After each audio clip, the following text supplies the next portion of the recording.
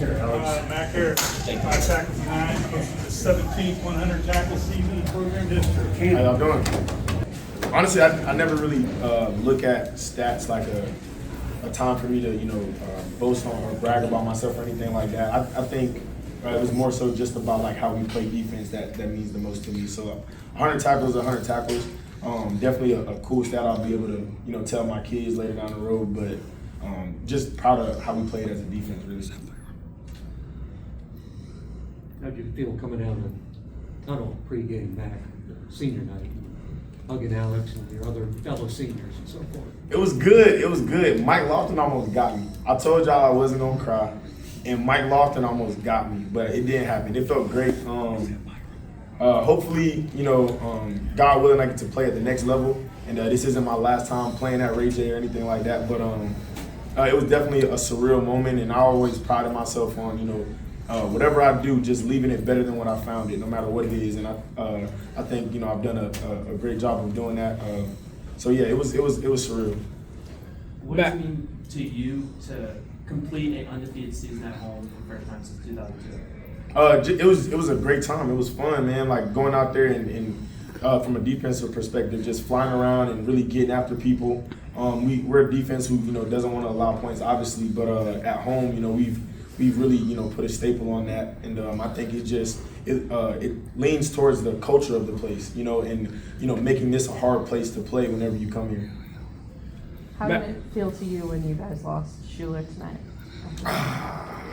I was hurt for him just because it being senior night. I mean, as a linebacker though, like, and it's tough with the game of football because I was seeing a video of Ray Lewis talk about it, man. Like you being a heat-seeking missile, and it's kind of hard to change the trajectory of the missile after other people have changed their direction. But I felt for him just because of it being senior night. But I don't blame him at all. Honestly, he's a violent player. He's gonna be violent at the point of attack every single time. And honestly, sometimes you just gotta charge it to the game.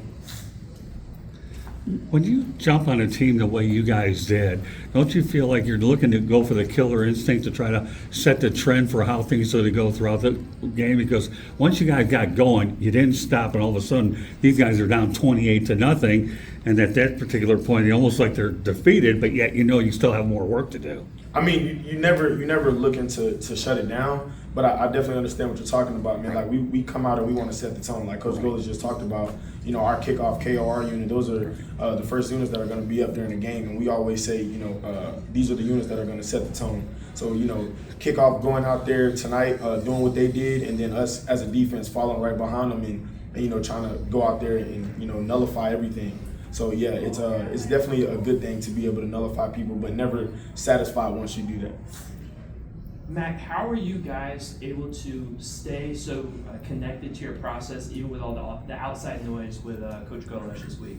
We love each other, and Coach Golis is a great man. Like he said, he's been honest with us since the time he got here. And honestly, we looked at it from a perspective of at the end of the day, he'll tell us the truth when time comes, and we're going to continue to play for each other because we built a real brotherhood here. Mac, what's been the highlight of the season for you? That's a tough question. I'll say, and he probably don't look at me crazy. I'll say when you hurdle bro at Memphis, when BB hurdled bro at Memphis, because it was like ain't no telling what he gonna do when he got the ball. Like it was, I became a real fan when he heard him do that movie. I'll say that was a good one.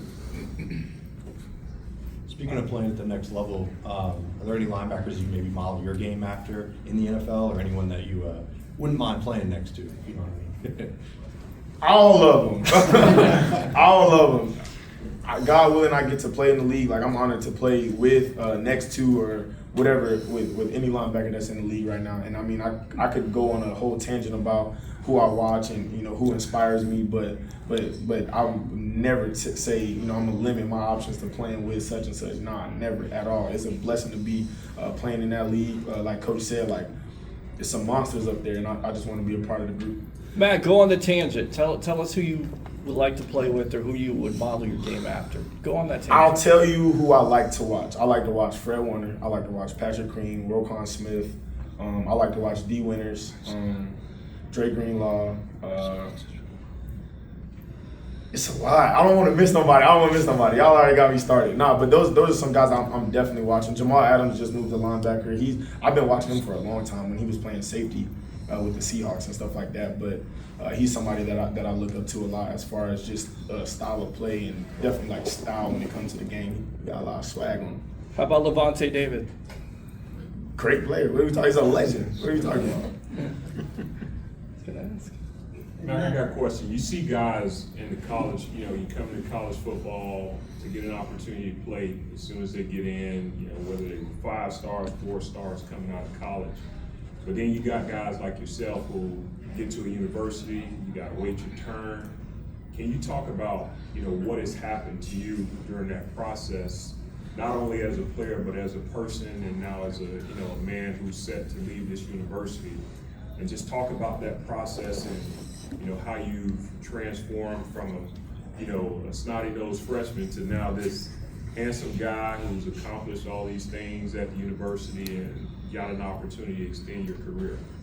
First and foremost, I wouldn't be nowhere where I am today without God. Like that was one of the things that I had to understand as a freshman. And I don't know where everybody's faith is in here, but for me, once I understood that, God has everything already written, and it's not for me to take the pen from him and try to write things myself. So when it comes to waiting my turn and doing things like that, like it was written by him. So once I got closer to him and understood the message and the journey that he was getting ready to take me on, it became a lot easier. But there were definitely trials and tribulations in the beginning of it.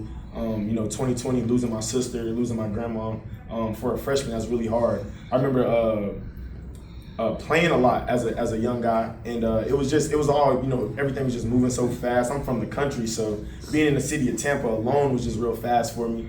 But like I said, man, I started leaning on God and I started leaning on, my family more. And once I did that, man, things just started to clear up for me, and then it translated into the field. And then, God putting people in my life like yourself and, like Coach Golish and Coach Orlando and, just the rest of the staff, like putting people like that in my life to get me to understand and believe in myself first and foremost. And then, once I did that, the ball got rolling, and then it was just, how much of your process are you buying into? How much work are you putting in? How much tape are you watching? And then after that came along, now it's like, be the example. Be the example for the other young guys to follow, and don't let God's story for you go to waste. And what I mean by that is like the things that I had to go through, the hard trials and tribulations that I had to go through that I didn't have the answers for, that I couldn't lean on other people to get the answers for.